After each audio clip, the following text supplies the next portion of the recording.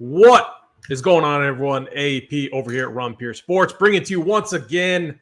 We got the Lineup Builder Show with our partner Sabersim. I'm here with Rubio, as I am each and every Monday and Thursday.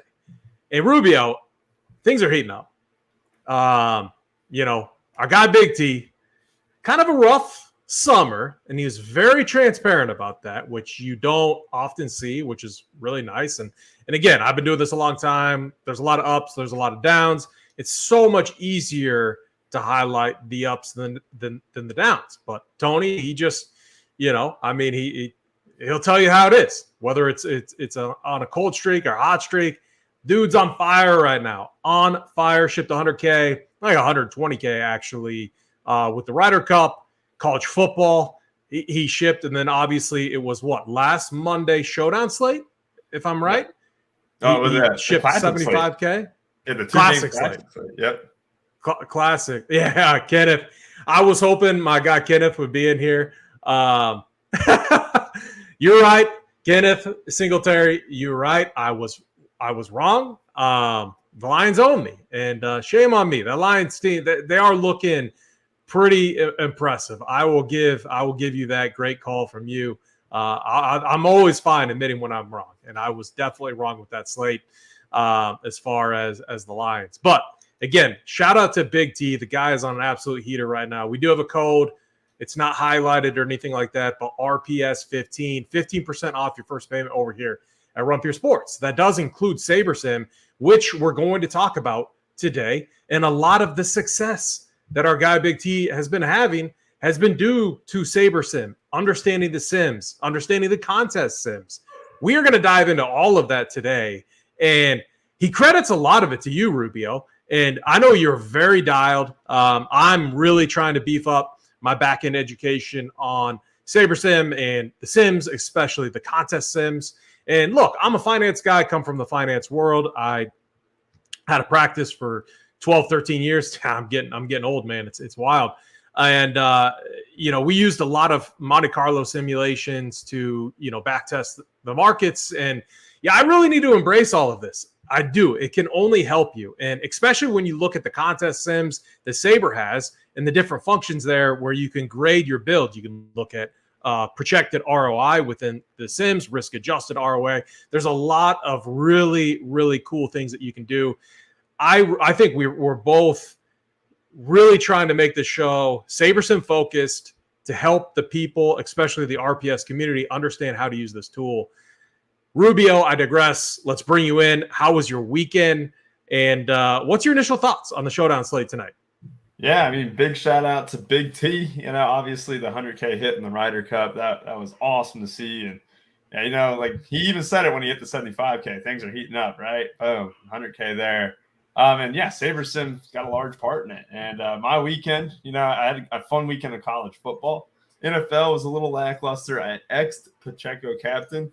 One thing that I did want to do and showcase too later on in the show is that we can review the Chief Showdown. We can even rebuild teams with what the original settings were. Just kind of roll with maybe see what the Sims did and then what I did differently too. We can do that toward the end, but I do want to show the process of it because, it's a great tool. It is one of the best tools out there. We're going to have the ultimate package available to RPS subscribers here soon, obviously with an upgrade to your subscription, but there's just so much that you can do with it. And yeah, it's going to be exciting. This is a great slate. I pinpointed this slate, on Thursday. I looked at it, I'm like, damn, Monday night football between the Seahawks who haven't been able to play defense and the Giants who haven't been able to play offense. It's a battle of two deficiencies here. So I'm looking forward to it, hoping for a lot of points tonight.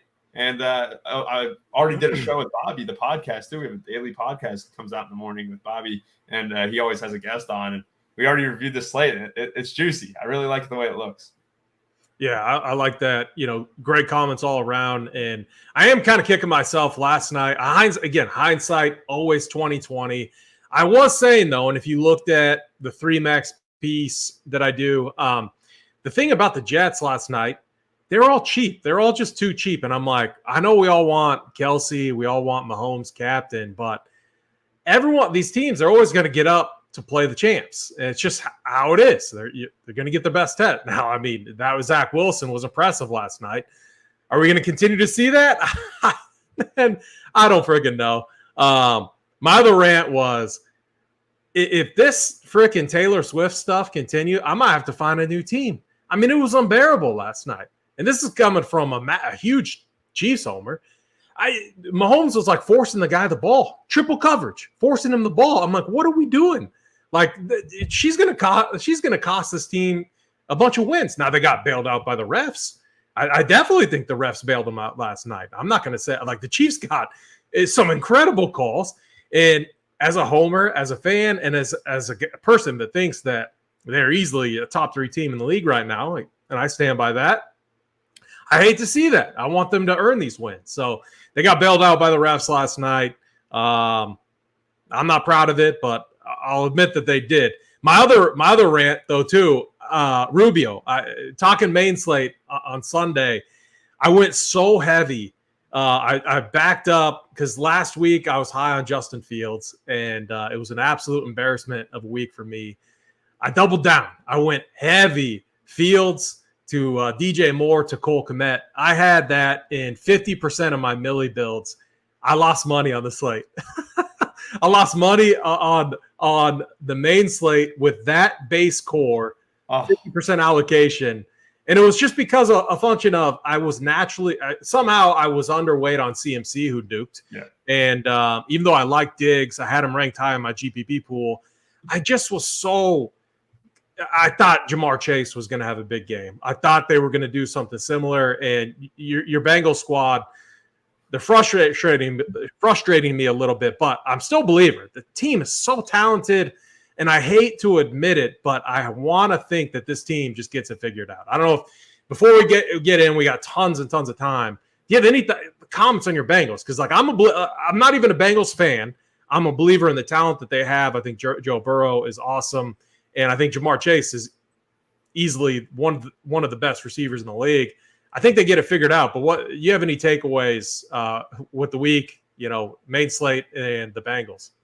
Yeah, I mean, coaching women's soccer, we're all Bengals fans there, and the whole team is asking for updates. They're not. They like football a lot, and each time, I had to break the news that the Bengals are down 7-3, 14-3, 27-3, and the whole time, there's frustrations. People are saying, I thought this team was supposed to be good. Weren't the Bengals supposed to be really good, right?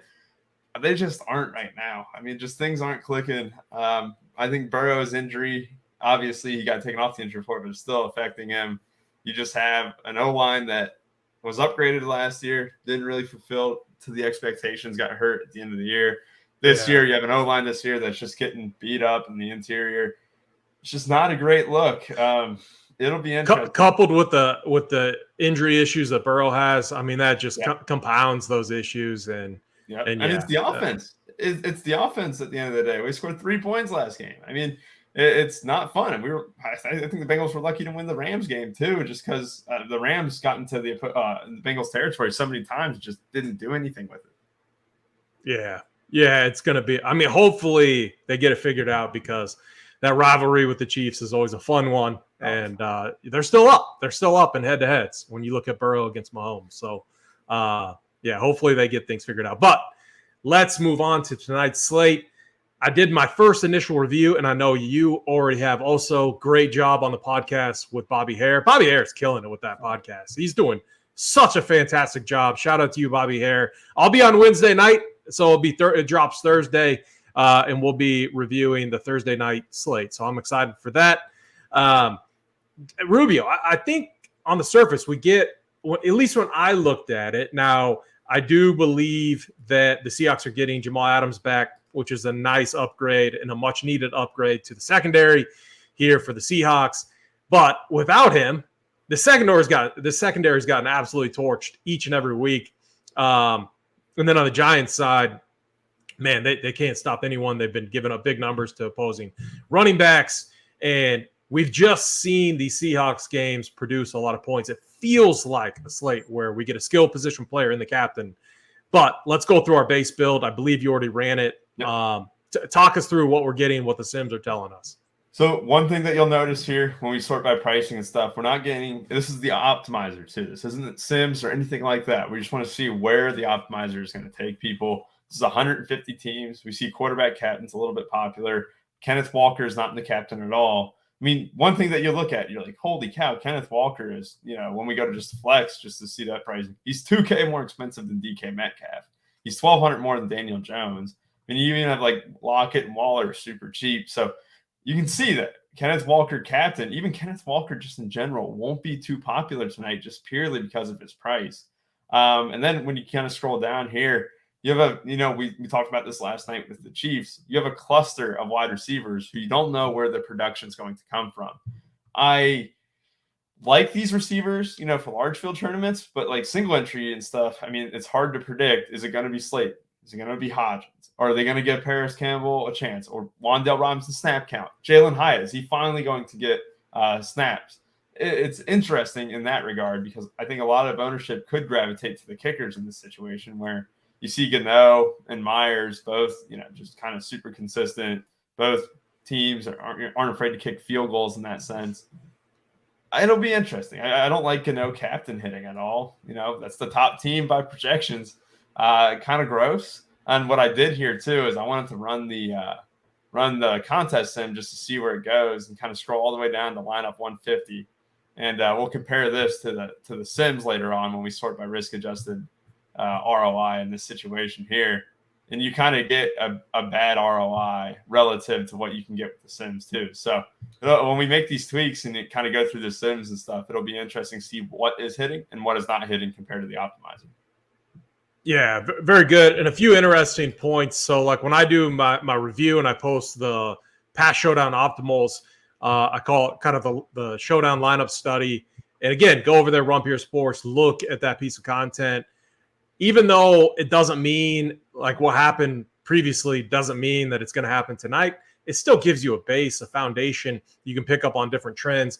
I mean, one of them, and again, we're only 3 weeks in, but no opposing defense has been optimal in the captain or flex for either of these teams yet, except for the Giants. Obviously, the Cowboys defense was captain optimal against them. And then the other thing, which is crazy, is so when you look at it, and again, it's only 6 games between the two of these teams, half of them have been 3-3 bills. The other half have been 1-5s. The Giant. So it's kind of interesting. We haven't seen any 4-2s. And again, I mean, what does all that mean? Probably nothing. I like looking at that type of stuff. But I do think the one thing too about kickers, and this is what I was getting at, is we have seen, but it's only been limited to one kicker, but it hasn't been that common of a thing when you're looking at these two teams. I think it's happened twice. And again, in some of these slates. So I like the skill position players. I think the opportunity is going to be there. I think it's a great Danny Dimes slate, at least on paper. On the surface, pricing does matter. How much in our base build, how much Danny Dimes were we getting? Oh, man, it has to be 19%. Is that 19% right? 19% captain. Yeah, he's a lock. So 80.7% in the flex. So he's 100% owned across all of our teams. Yeah. Now, did you pull up the sims? Do you want to walk through that and walk through some of or do we need to run? Oh, perfect. Look at this guy. He already has it done. We can thank Bobby for that one. I was grinding last night. So we looked at just a traditional optimizer running it. What was your takeaway from there? Is trying to force a few cheap pieces in to get more skill position players in the flex? Was that kind of your takeaway? The argument would be that you don't need a cheapie today. The lowest that you need to go would probably be Jalen Hyatt, and I don't think you need to go below that because look how cheap like these guys are. I mean, Metcalf seems underpriced. Daniel Jones underpriced. Waller underpriced. Matt Breida RB1 today. 82% of the snaps last week. 6,400. You just keep going down the list. Like, damn. We can fit the studs because everyone is so cheap, and you can get top tier wide receivers, top tier quarterbacks, and stuff like that for the slate, and just not really have to stress about who's going to be on your team or not. I think the captain variance will probably be a little higher just because dipping at captain can get you off this like Paris Campbell or Wan'Dale Robinson range, and maybe you can upgrade to potentially like one of the kickers, get off that cluster, or even get like a guy like Charbonnet, who is like 50% of the work almost, or 50% of the snaps, I should say. So it's an interesting one, but that's basically how this all works. Yeah, I agree. And pricing does matter. And we talked about it last night. Just the Jets side seems so cheap. I mean, if you compare tonight's pricing to yesterday, that would actually be interesting to do. I mean, Mahomes and Kelsey, do you remember their price tags? Weren't they like 12.5 or something? I mean, you're talking like insane price tags compared to what we're seeing tonight. And we had Conklin last night who ended up doing well, but wasn't optimal. It was Noah Gray who caught the 34-yard touchdown that ended up being optimal. But, it was a 1v1 swap. It was Gray over Conklin that ended up winning it, and it was a 3-3. It could have easily been a 4-2 jet stack. They were high priced, but we had clear values. And here, like, the values aren't clear, but this mid-range is just incredible. And that's not even including Metcalf, Jones, or, Geno. It's literally just from Darren Waller on down. And you literally have your assortment of options, basically. Yeah, so good question here, Dirty Mert. The set core column, that's for us behind the scenes. It allows us to set kind of who our preferred core play is that you guys can use. We're still working on that.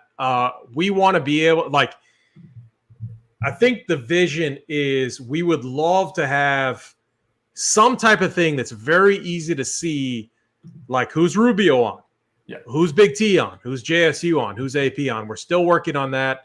The set core function right now, it's a little clunky, I think, was the feedback we got, because what happens if we had our whole team set the core plays that we like on there, these columns would be completely expanded and it gets a little clunky. So that's something we're working through right now.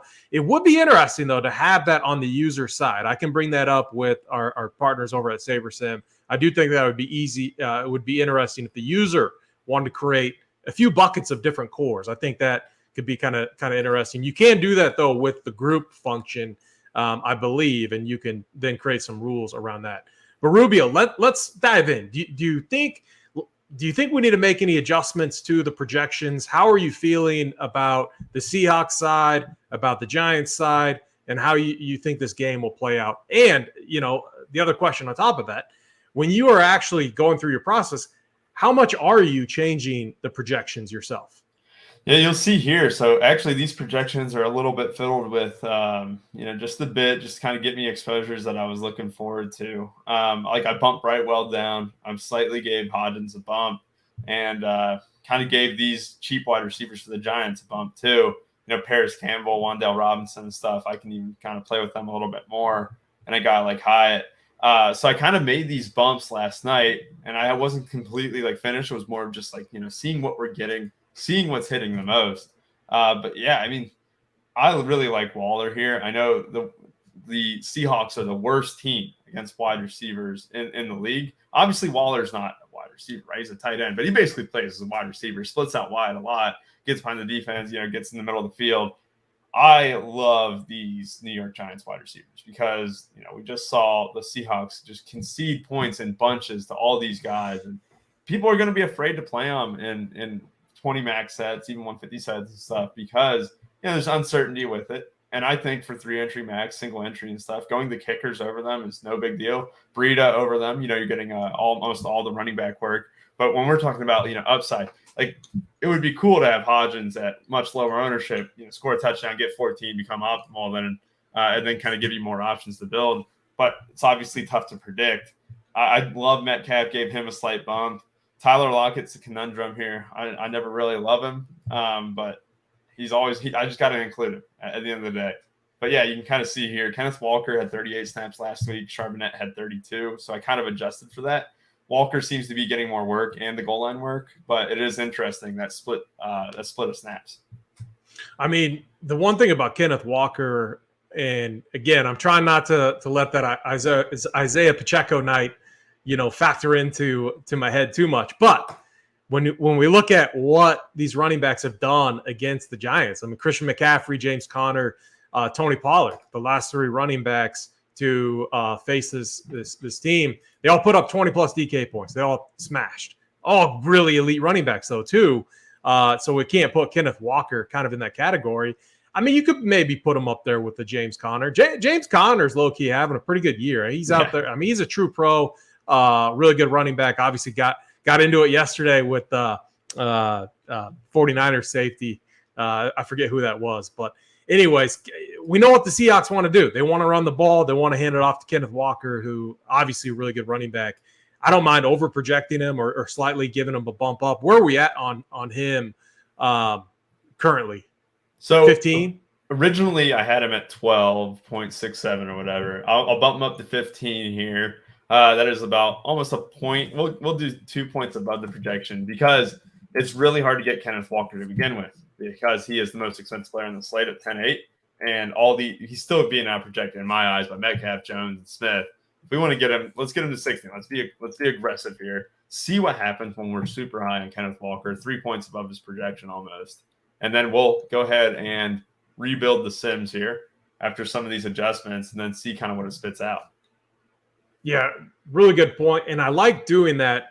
I will say for anyone out there that likes to make these slight manual adjustments to the projections, which I do recommend doing, or else you're just going to have the same set of projections as everyone else and you're not going to be any different. If you going player versus player that's in the same pricing tier, if you just adjust everyone very similarly, it's not going to help too much. And so I saw that with, like, I thought I was being really aggressive with CMC yesterday. My problem is I was also very aggressive on all the elite receivers. And from a pricing standpoint, CMC was in that same category. And so that's why he wasn't hitting a lot of my builds, is because I was being just as aggressive with Jamar Chases, Stephon Diggs and Devontae Adams. And it just didn't pan out that way.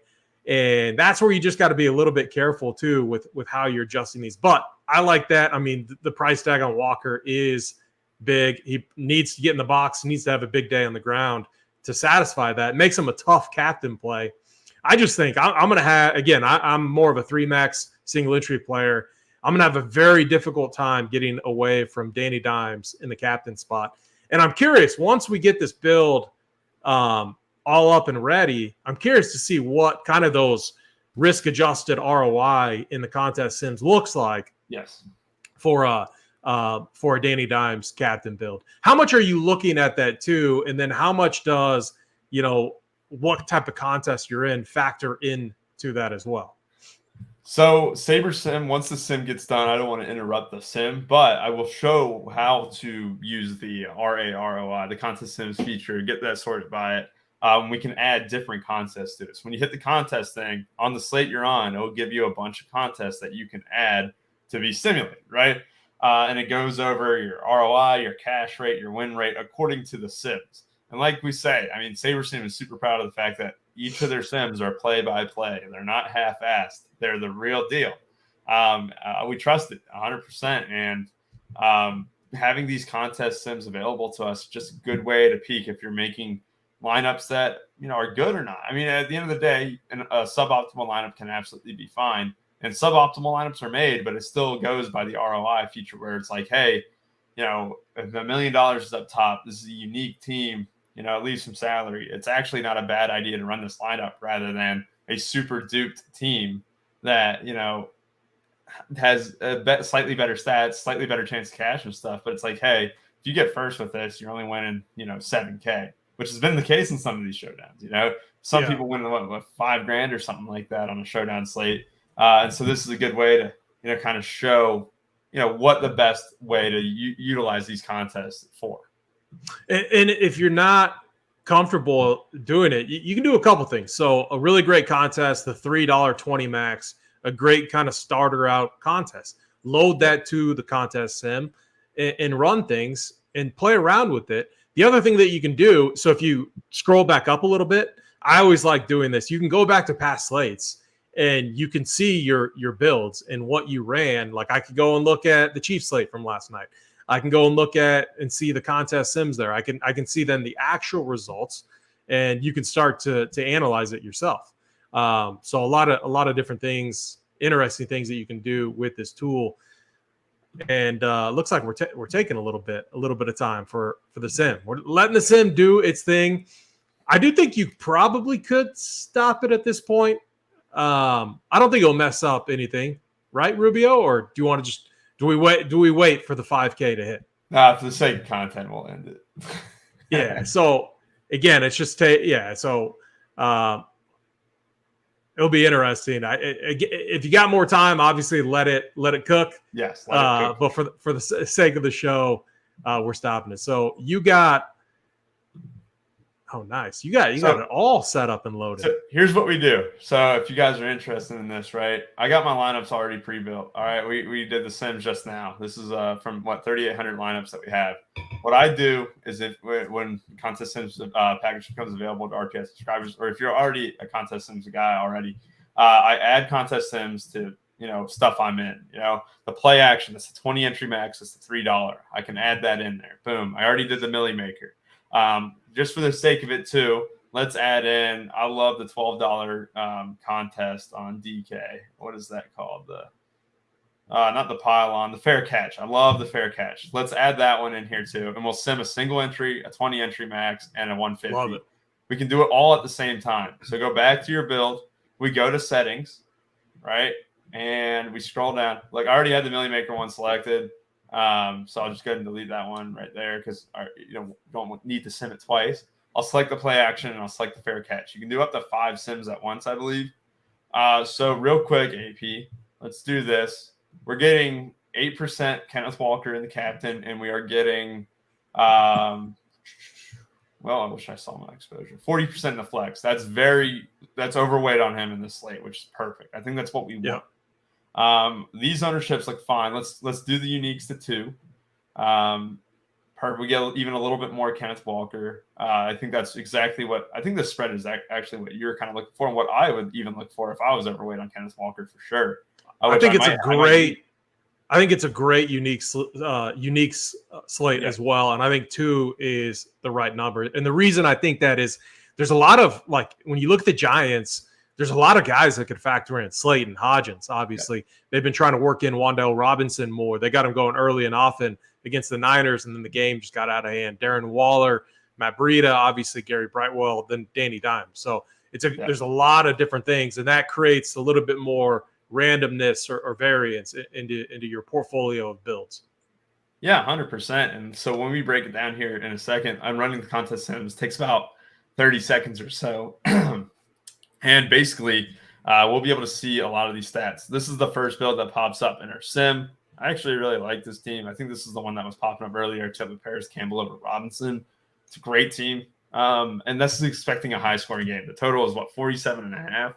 That's a solid number. I actually think it has a chance to go over. But see that the contest sims are done. So what we can do is that we can see in the Millie Maker here, it's got a good cash rate, decent risk-adjusted ROI, and does okay, slightly worse in play action. And then in single entry, that's where it's strongest. This lineup would be strongest in single entry, right? You can continue to scroll down. This one has Breida, Seahawks defense stuff. It's probably going to grade out higher in the Millie Maker since it has a defense, and that's the case right there. And one way to easily, what Sabersim actually recommends from their videos is that you can sort by risk-adjusted ROI, and this takes into account exposures and gives you a more diverse set of teams. So this would actually be the top team for the sim for the Millie Maker. This one right here is from what the adjustments that we had made. This team right here, DK Metcalf, Geno Smith, with Danny Jones with 2 pass catchers and Breida. It's a really nice build. It was a good build, right? I actually want to see here how much salary. We're leaving 800 salary too. All right.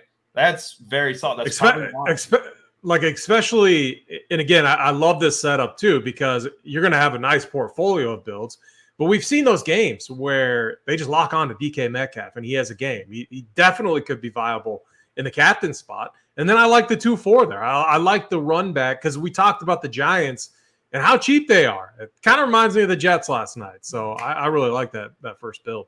So what it's trying to do too, even last night when I didn't have Kenneth Walker projected too high and I still sort it by risk-adjusted ROI, is it's trying to get you overweight or trying to get you at least even with the field on Kenneth Walker because his upside is very, very good, right? We click his name, even though he's splitting half the snaps and stuff, you see a lot of these performances here in the percentage of sims, right? He's already got 2 touchdown games. He's running really good on touchdown right now, but he's also the goal line guy. He can also be effective in the pass game.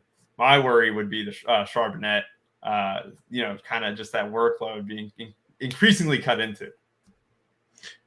Yeah, no, I agree. And I like that function. So you can actually pull up and see a player's chart, and you can see, with how they ran the Sims there, what their distribution pool is as far as, the ability to hit a certain point range. Josh D with so I'm curious about this. Double quarterback, essential for single entry. Is there a way that we can look at how, like what percentage, either on a risk adjusted basis, cash basis, or win percentage basis, double quarterback builds for this slate is hitting? Is there any way that we can see that? 100%. So one thing that you can easily tell is Danny. So I just did a uniques here, or in the uniques of 2, and then I went to the single entry and adjusted by risk adjusted ROI, right? What this is probably going to recommend, because of the way the pricing is, it's going to recommend a lot of double quarterback. All right. This one grades highest in RAROI for single entry. So what you can also do is you can view it compact lineup mode, right? So we can go ahead. You want to move the settings bar a little over so that makes it a little wider? Oh, good idea. I like that idea. Boom. Because I do this too. And then here's another trick. You can right click on that bar right there. If you right click it, then you can edit. And I always edit the columns, and then I clear all, and then I just add in which ones I want back. So it's a great idea. Let's do that real quick. Yeah, it's a nice little function. Otherwise, there's so much going on with that screen. But oh yeah. And then secondary stack, that never even brings anything up. So well, at least for showdown slates, it doesn't. So we can just get the full lineups here. For single entry, these are the set that is the best, right? You see a lot of Danny Dimes for Geno Smith, Danny Dimes for Geno Smith. It's really pushing double quarterback because it's so easy to get to. The total's 47.5. The stacking options are really easy to play with. I think, in my case, double quarterback and single entry tonight, not even with the Sims telling me this, it's really easy to do, and probably what I would do, unless you're going Kenneth Walker, which even then, look at this one. You still get Kenneth Walker, Geno Smith, Danny Dimes. Yeah, if I was running a single, that third ranked build right there, the Danny Dimes, just on paper, double quarterback, you got 2 studs in there, you got a running back, and you got Campbell for value. The only risk that I would look at is, you're probably like Slayton would be a guy that obviously could go off. The other thing too on this slate, how are we getting much? So we have some cheap, like look at these tight ends, Bellinger, Disley, Parkinson. These guys are all dirt cheap, and they get random targets. They get random targets too in the end zone. That's what could create kind of a little wild slate as well with some of the cheap pieces that we have. Are any of those guys hitting our base pool? Hardly or the pool that we have here? Hardly any. Bellinger's hitting a little bit. Noah Fant's hitting a very little bit. Disley would be the guy. Fant is questionable, right? There could have been more news about him that I haven't seen, but Fant missing could open the door for that if needed. But even with Kenneth Walker overprojected compared to the field right now, we aren't getting really any values. And I just think that's because Wan'Dale Robinson got the rock a lot. Paris Campbell got the rock a lot. Hyatt's got big play potential and stuff. Charbonnet got almost half the snaps, and all those guys are 3.4K and under. Gotcha. Yeah, Josh D, good comment here. Again, there's a learning curve to this. You can't just dive in, run it, and expect to win. You have to understand how to use it, understand how to manipulate it, understand how to get it to do what you want. Also, I use it as a learning tool, just like we have right here. Like, okay, I'm running a single entry, and I want to jam in one lineup hero into a bunch of different builds. What is the most optimal path to go? You can do that just like Rubio broke it down right there. Double quarterback. Okay, we have one piece of the puzzle figured out. Danny Dimes, captain. Geno Smith, flex. Okay, let's figure out the next piece of the puzzle. That's kind of how I view it when I run my showdown stuff. But a lot of it is going through the same process, looking at what's hitting, because pricing matters. Obviously, ownership projections matter. What the field is doing matters. And we want that optimal build. And you can see it, and you can see the breakdown Very nice and easy. So let's focus on this. So we got a milli maker up top. I'm sure you're going to be hitting that hard. What does, when we look at the Sims, what's it showing us? Because I'm really curious to what's happening at the captain spot. I guess my assumption is we probably are running a lot more captains. Yeah. So getting more Kenneth Walker captain. I think it's interesting too, because before we had Walker bumped up a little bit, Metcalf was dominating the captain slot. And then it was Danny Dimes.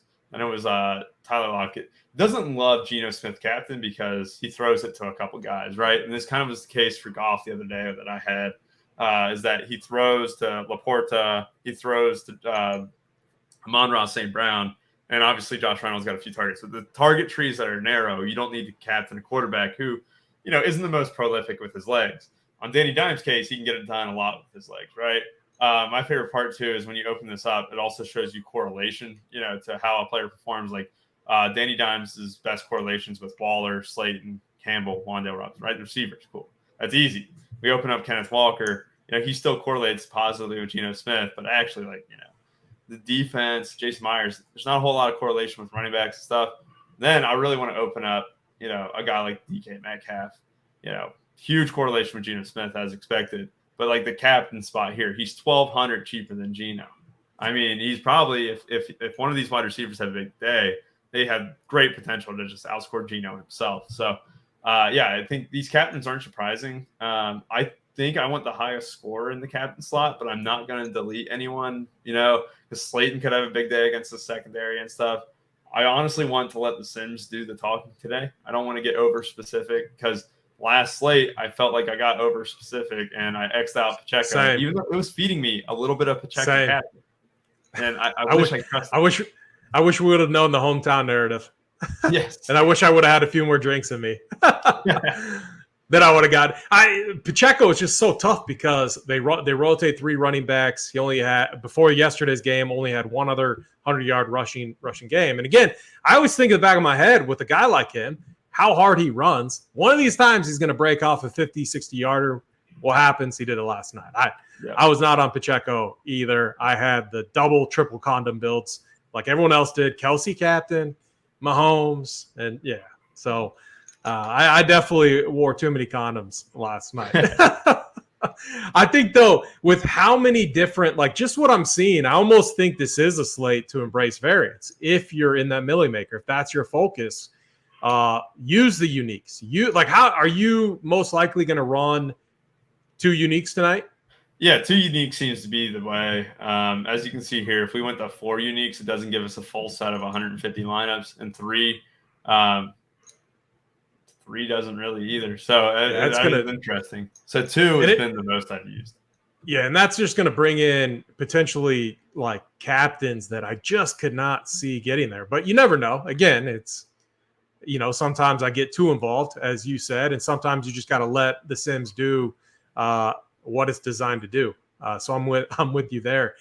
One other thing I'm noticing too, and so again, we're looking at the milli maker right now. So just comparing it to what we already looked at, single entry, you see your cash rates down, which makes sense. You're not worried about cash rate. You're trying to win $1 million or chop with a bunch of people to win $1 million. You want to get unique. And so that's one thing that I'm looking at too. And I don't even really care about when I'm running my milli maker builds. But just did you see the differences there in cash rate between if you're running single entry versus that? Yeah, 100%. I mean, our guy, NYG fan, he always crushes it too.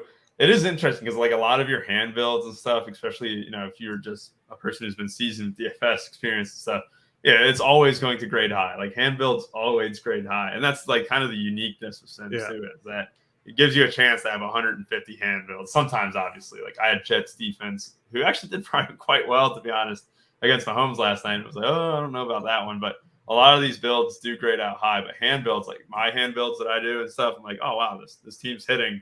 That means your hand builds are really good, right, on the grading system. So it is interesting. The crazy thing, and I know, hopefully Jordan and our Saber friends aren't watching. because I got a little peek into what the NBA product, what the potential is on the NBA side. And from a late swap perspective, they're set up to be really sweet. Just imagine. So NBA is so unique. It's not a Sims driven, it's projection driven. And you're trying to get the optimal. Because you think about it, 5 players play. We have a good idea of what rotations are. We have a good idea of what happens when a player is ruled out and a new player absorbs that usage and increases in production. We have all of that figured out. What we don't have figured out yet, well, what some people might, but now we're close, is late swapping. Just imagine 3 games start, all those players are locked in. Imagine having a tool that can absorb what the current ownership is, show you where to adjust or help you adjust. It's going to be a lot of fun. I think me and you and others, we'll do some live late swaps just like this, where we have the screen with our own builds with NBA. I know I'm kind of going on a tangent there. We're like 23 days out, 22 days out. We're getting close to NBA season. So is it 22?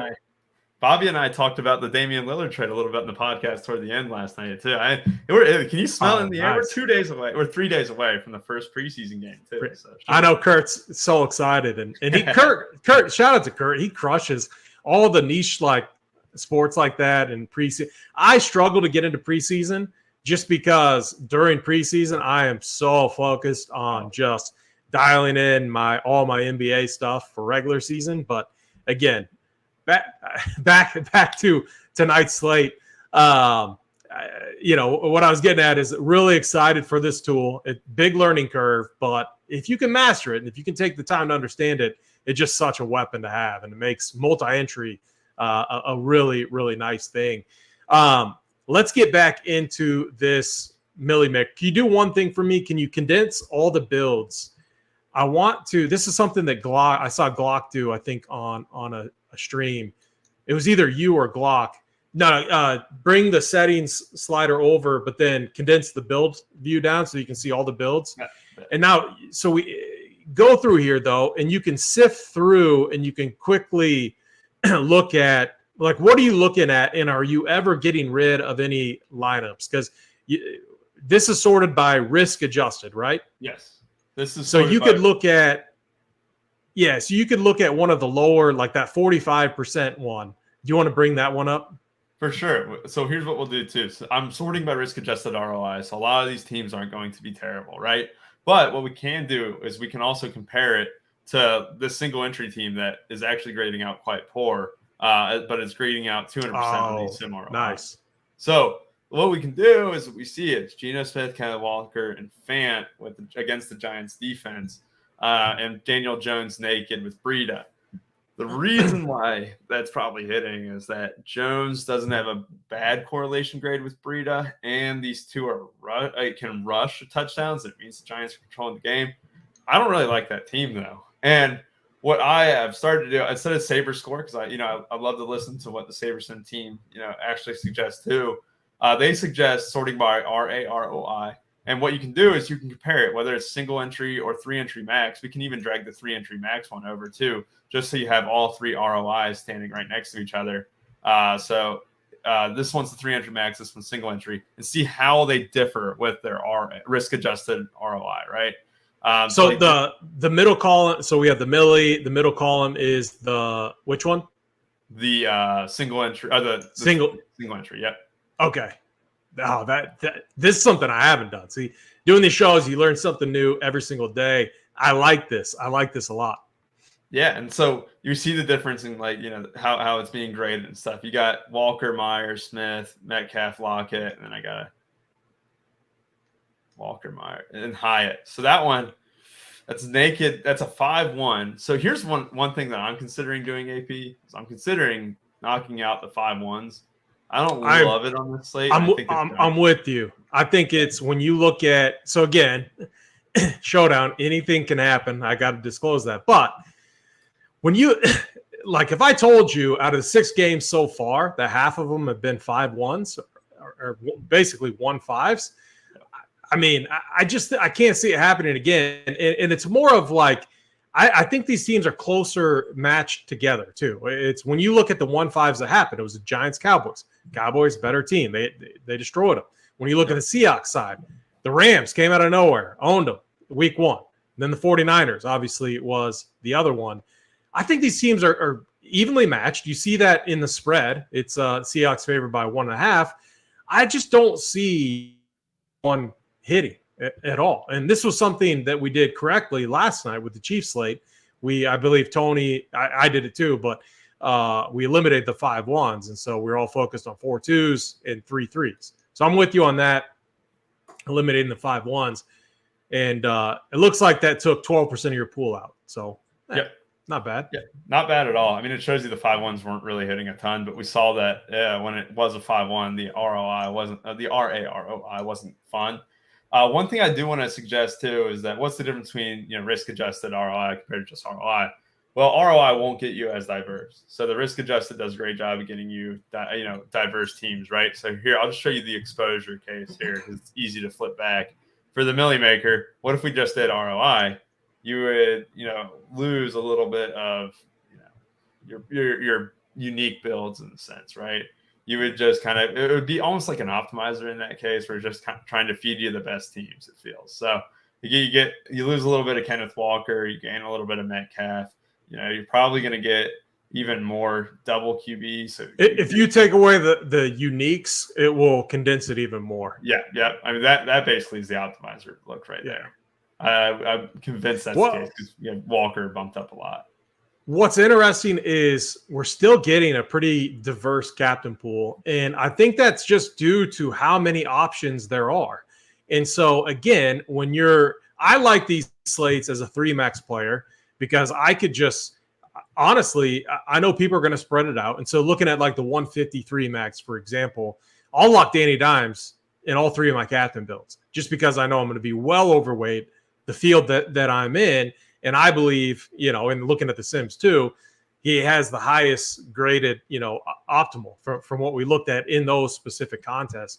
But when you're looking at the Millie Maker, I mean, you could play, you could take a stand and you could play that route, but your risk, it comes down to what your risk tolerance is. And that's what you're talking about with the sorting by ROI.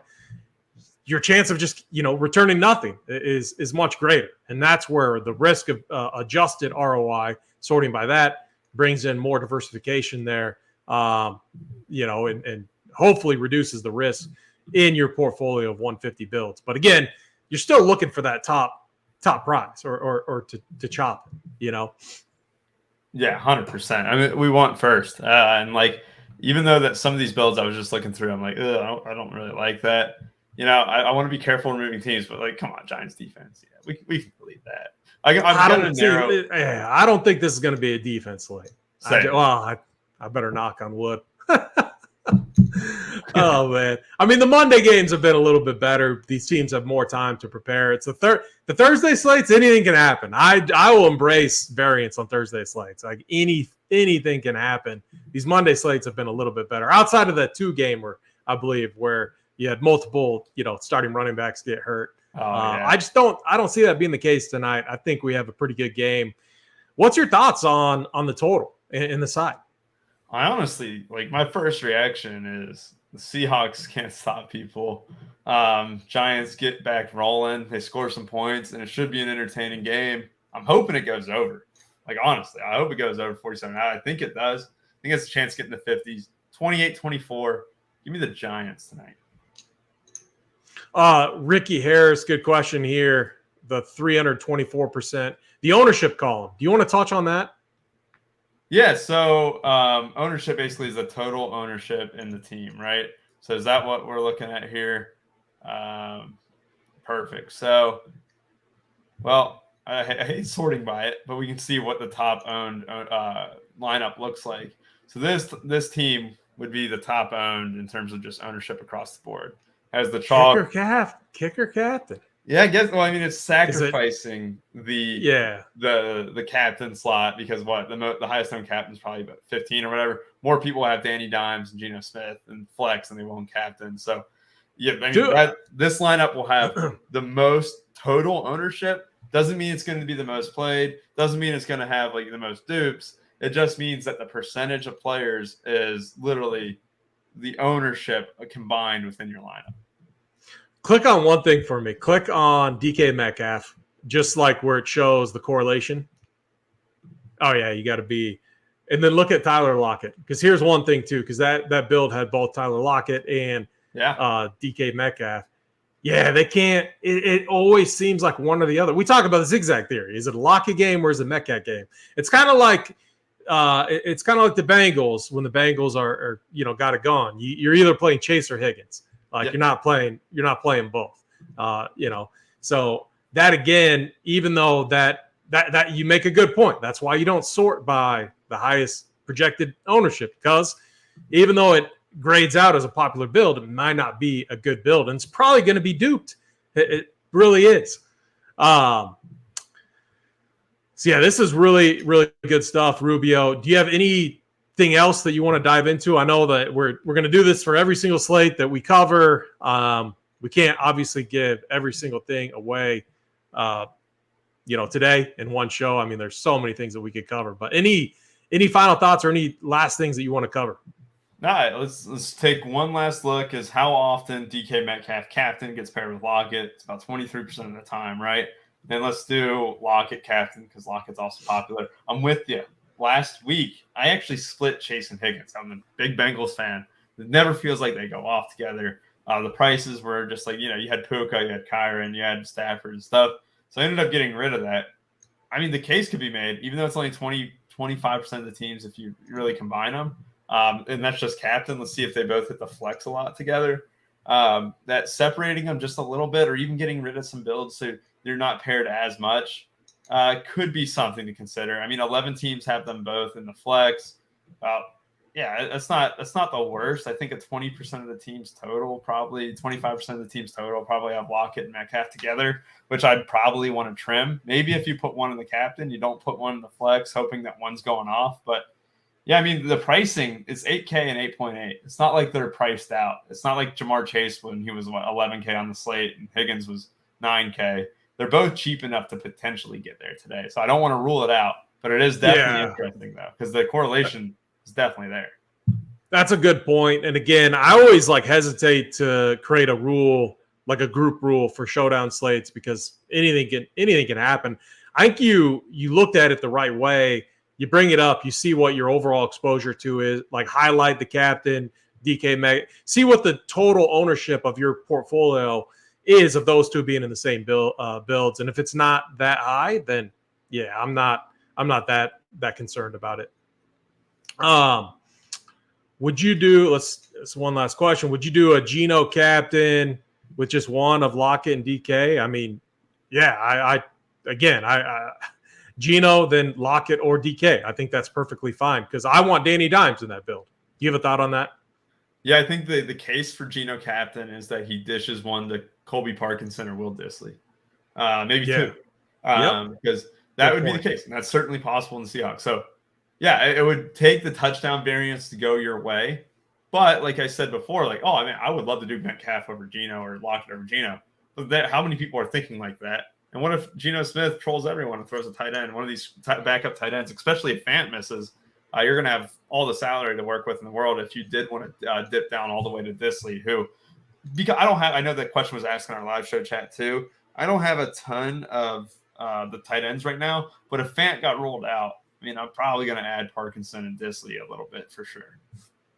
Yeah, I know my guy Snyder was talking about Parkinson also. I think he was looking at the props, so those guys could definitely factor in. And again, I think you said it perfectly. Like in a Geno captain build, you'll want a random, kind of like Mahomes. Why I always like Mahomes captain, or it's a safe thing that you can default to outside of last night's game. He said, it did happen last night. Noah Fant, random touchdown. Yep. The focus on Kelsey not Noah Fant, no Gray. All right, Rubio. Good stuff. Let's give our favorite captain and then our prediction for the game tonight. I'll start with you. Yeah, I think it's DK Metcalf is my favorite captain. I just think that price is a little bit low. It was going to be Danny Dimes coming in, but that Metcalf price is super soft. We saw what Debo just did to that team too last Thursday. I think Metcalf's due for a big game. I think the Giants do get the win, though. And I love all their mid-tier pieces. I'm going to be overweight on Breida. I'll be overweight on these wide receivers and just hope for a high-scoring game over 47.5 in the Giants win. I like it. I like the Giants side. I think it's going to be a close game. I think we get points. And double condom for me. I like Danny Dimes, captain. Rushing upside.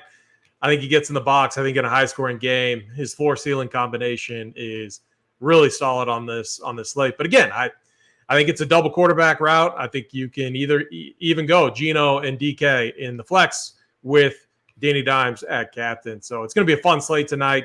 Get different in the Millie Maker. Sign up at runpuresports.com. RPS 15% off. Come test out Sabersim with us. We'll have more information on the Contest Sims package. This week, I'm pretty confident. We'll talk about it tomorrow in our meeting that we have with them. We have a big schedule today, as we always do on the Premier Showdown slates, Mondays and Thursdays. We got the Print Factory coming up later today with Big T, JSU, and I believe Wiley is on this one. And then JBC and crew are taking us up to lock with the Showdown Kings. With that, I'm AP, Rubio Dimes. Let's run Pier.